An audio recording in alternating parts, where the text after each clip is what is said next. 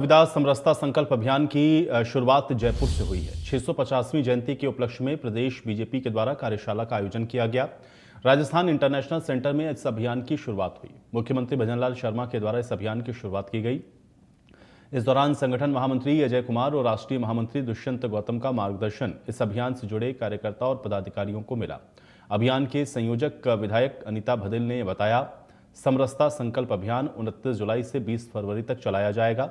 प्रदेश के सभी मंदिरों में 29 जुलाई की शाम को संत रविदास की पूजा अर्चना होगी। सभी 1138 मंडलों पे हरि कीर्तन और सत्संग के कार्यक्रम भी किए जाएंगे।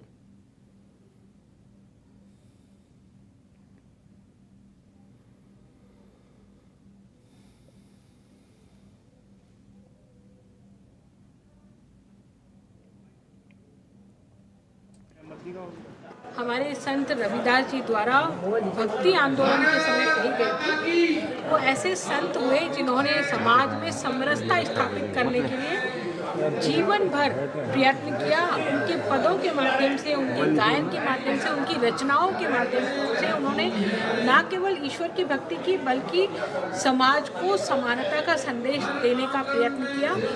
उनके समय के सभी अन्य संत उनका आदर और बहुत सम्मान करते थे। आज भी उनका समाज में बहुत सम्मान और आदर किया जाता है, क्योंकि उन्होंने पूरे भारत में एक सामाजिक समरसता स्थापित करने की जो अलख जगाई वो आज तक कायम है। और अंबेडकर जी ने उसको सहज स्वीकार किया और संविधान में छुआछूत को अवैध घोषित किया, उसको अपराध घोषित किया।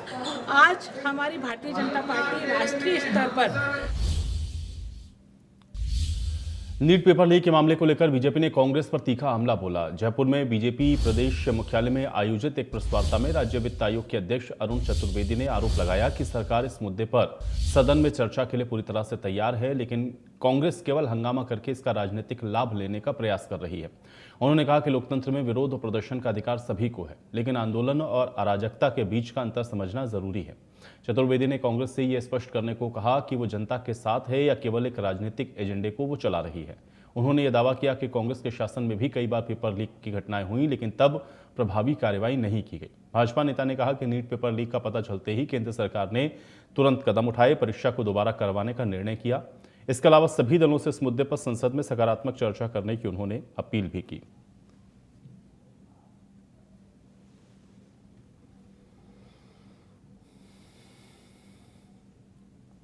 अंतर मिलेंगे आपको। एक तो ये मैं राजस्थान को उदाहरण देता हूँ कि अशोक गहलोत जी कहते थे लेकिन कोई कार्रवाई नहीं हुई। उसी चाहे आप 19 की परीक्षाएं रद्द हुई, 19 परीक्षाओं के जिनके ऊपर आरोपित थे उनमें से एक उन्होंने कार्रवाई नहीं की, उसको रद्द करने का काम नहीं किया। हम बार बार कहते हैं सीबीआई की जांच करो, नहीं कराने का काम किया। राजस्थान में दिसंबर में 24 में भारतीय जनता पार्टी, 23 में भारतीय जनता पार्टी की सरकार बनती है। बनते ही पहले कैबिनेट की मीटिंग में इस परीक्षा को लेकर के एसआईटी का गठन, एफआईआर दर्ज, जांच उसकी होती है और बड़े बड़े लोग निकल कर जाते हैं। आरपीएससी के मेंबर आज गिरफ्तार होते हैं, उनके जिस प्रकार के बयान आते हैं उनको हम सामने लेकर के आते हैं। ये भारतीय जनता पार्टी और कांग्रेस के बोलने और काम करने के तरीके मंत्र है। दूसरा, केंद्र का उदाहरण लें। ये बात सही है कि इस तरह की परीक्षाएं केवल लीक होने का सारे देश में उदाहरण है। आज 152 की बात जो आज कांग्रेस पार्टी लोकसभा में कर रही है, इसलिए बार बार भारतीय जनता पार्टी कह रही है इसके ऊपर एक बार बहस हो जाए। उनको पता है कि अगर बहस होगी तो 152 के सब टोंक जिले के निवाई में पूर्व सांसद एवं वरिष्ठ कांग्रेस के नेता स्वर्गीय द्वारका प्रसाद बैरवा